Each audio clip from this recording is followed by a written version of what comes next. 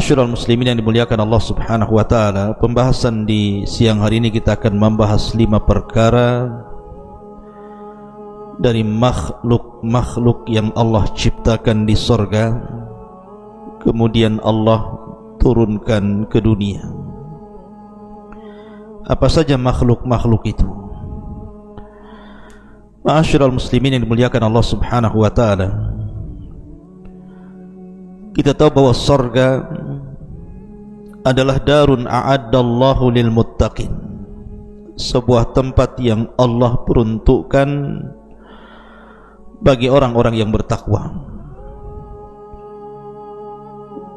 Dan Allah Subhanahu wa taala ketika menggambarkan sorga,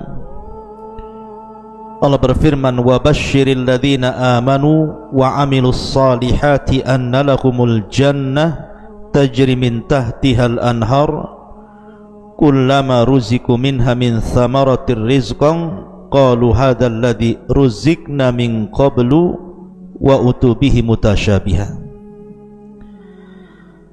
Dan berilah kabar gembira kepada orang-orang yang beriman dan juga beramal saleh, bahwa kelak bagi mereka akan disediakan sorga-sorga yang mengalir di bawahnya sungai-sungai.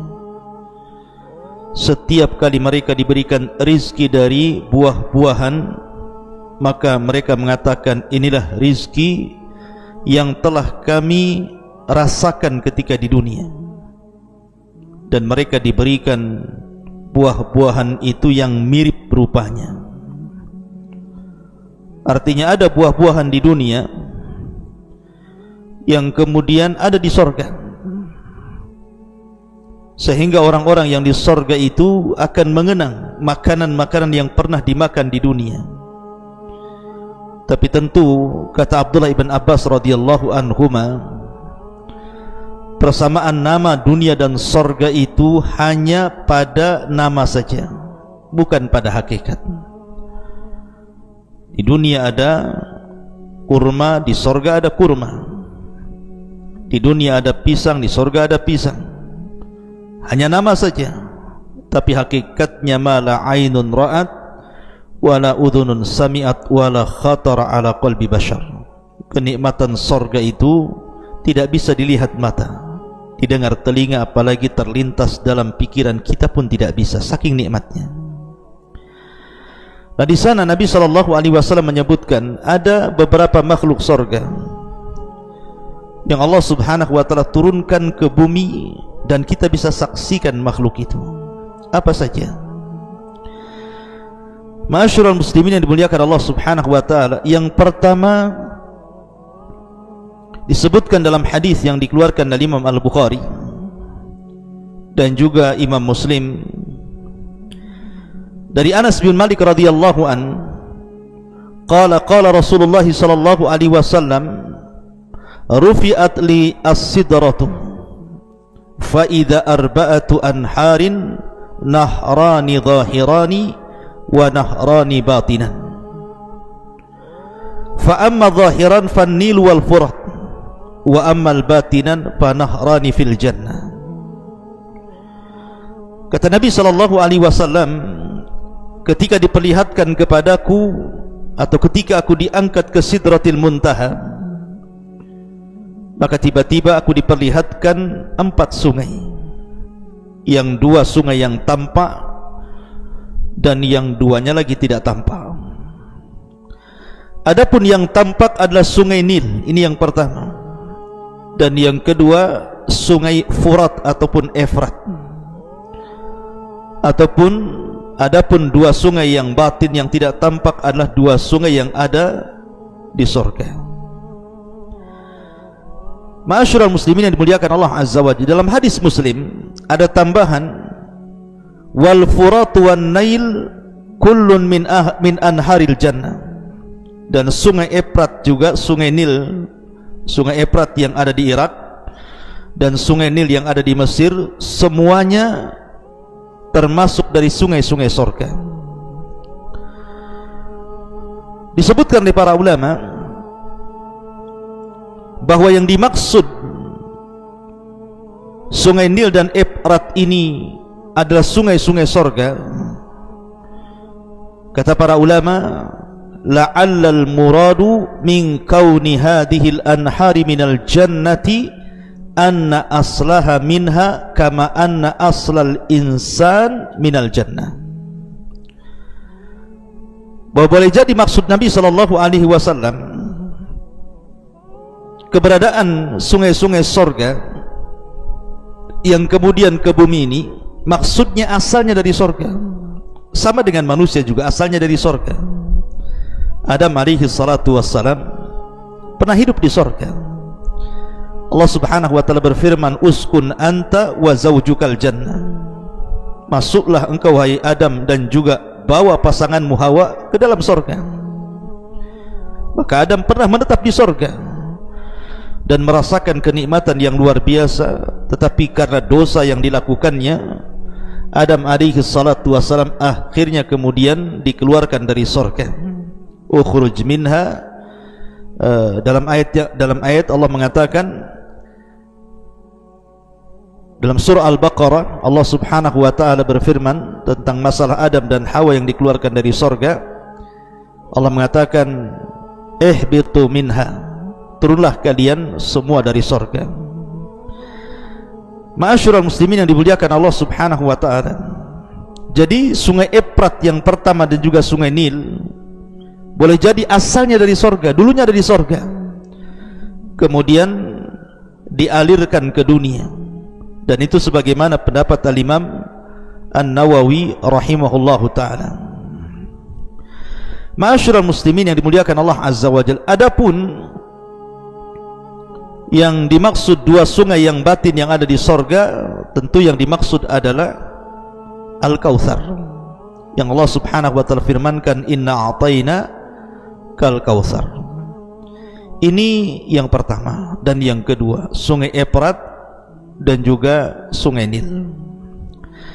Kemudian yang ketiga, maqam Ibrahim. Maqam Ibrahim artinya tempat berpijaknya kedua telapak kaki Ibrahim alaihi salatu wassalam. Dan itu disebutkan dalam hadis Nabi sallallahu alaihi wasallam dari Abdullah ibn Amr radhiyallahu anhuma. Dia mengatakan, sami'tu Rasulullah sallallahu alaihi wasallam yaqul inna ruknan wal maqama yaqutatani min yaqutil jannah. Sesungguhnya rukna itu maksudnya Hajar Aswad dan juga maqam, keduanya adalah mutiara dari mutiara-mutiara surga. Tamasallahu nurahuma, Allah subhanahu wa ta'ala padamkan cahaya keduanya. Walau lam yatmis nurahuma la adha'ata ma bainal masyriqi wal maghrib. Kalaulah Allah subhanahu wa ta'ala tidak hilangkan cahaya dari Hajar Aswad dan maqam Ibrahim, tentu dari ujung barat dan timur akan terang benderang. Cahayanya akan meliputi ujung timur dan juga ujung barat. Maqam Ibrahim, ada yang mengatakan dahulunya adalah menyatu dengan Ka'bah. Dan subhanallah, di masa jahiliyah, ketika orang-orang menyembah berhala dan berhala ditengger-tenggerkan di sekitar Ka'bah, Allah takdirkan tidak ada satupun orang-orang jahiliyah yang menyembah maqam Ibrahim. Padahal maqam Ibrahim itu ada melekat di Ka'bah. Tentu ini ada hikmah, karena kalau seandainya maqam Ibrahim sempat disembah oleh orang-orang jahiliyah, kemudian sekarang jadikan sunnah tawaf orang salat di belakang maqam Ibrahim, tentu orang-orang akan mengatakan, lihat, Islam persis dengan jahiliyah menyembah berhala. Tapi Allah sucikan benda itu sehingga tidak ada orang-orang jahiliyah yang menyembah maqam Ibrahim. Mereka hanya menyembah berhala yang bertengger di sekitarnya saja. Dan di zaman ketika Umar bin Khattab radhiyallahu an tawaf bersama Nabi sallallahu alaihi wasallam, maka Umar bin Khattab kemudian meminta kepada Rasul, bagaimana kalau seandainya maqam Ibrahim kita geser saja sedikit dari Ka'bah dan kita jadikan tempat solat bagi orang-orang yang tawaf. Akhirnya kemudian ucapan Umar bin Khattab radhiyallahu an menurunkan wahyu, wattakhidhu min maqami Ibrahim musalla, sehingga makam Ibrahim itu menjadi tempat salat sunnah di belakangnya bagi orang-orang yang melaksanakan tawaf di Ka'bah. Lah makam Ibrahim maksudnya mutiara yang terdapat pijakan kaki Nabiullah Ibrahim alaihi salatu wassalam itu asalnya dari surga. Kemudian juga yang keempat, Al-Hajarul Aswad. Nabi SAW bersabda dalam hadis Abdullah bin Abbas radhiyallahu anhuma, kata Nabi SAW, nazala al-hajarul aswadu minal jannah wa huwa ashaddu bayadan minal labani fasawwadathu khataya bani Adam. Allah Subhanahu wa taala menurunkan hajar aswad dari sorga. Dulunya hajar aswad ini jauh lebih putih warnanya dibandingkan susu, tapi menjadi hitam karena dosa Bani Adam. Abdullah bin Amr radhiyallahu an mengatakan, Al-Hajarul Aswadu min hijaratil jannah. Sesungguhnya hajar aswad itu adalah batu dari batu-batu surga. Dari sini menunjukkan bahwa hajar aswad itu dari surga asalnya. Dulunya berwarna putih tetapi menjadi hitam karena dosa yang dilakukan oleh Bani Adam, terutama kesyirikan di zaman jahiliyah kala itu. Ma'asyiral muslimin yang dimuliakan Allah Subhanahu wa taala. Kemudian juga di antara makhluk yang dulunya di surga adalah tamar, kurma ajwa. Dan itu disebutkan dalam hadis, kata Nabi sallallahu alaihi wasallam, man tusbihu bi sab'i tamaratin lan yusibahu hasadun wala sihrun. Wa fi riwayatin al ajwatu minal jannati wa fiha shifaa'un minas sammi. Wa fiha shifaa'un minas summi. Barang siapa yang di pagi hari seseorang memakan 7 butir daripada kurma ajwa, maka tidak akan tertimpa padanya hasad dan juga sihir.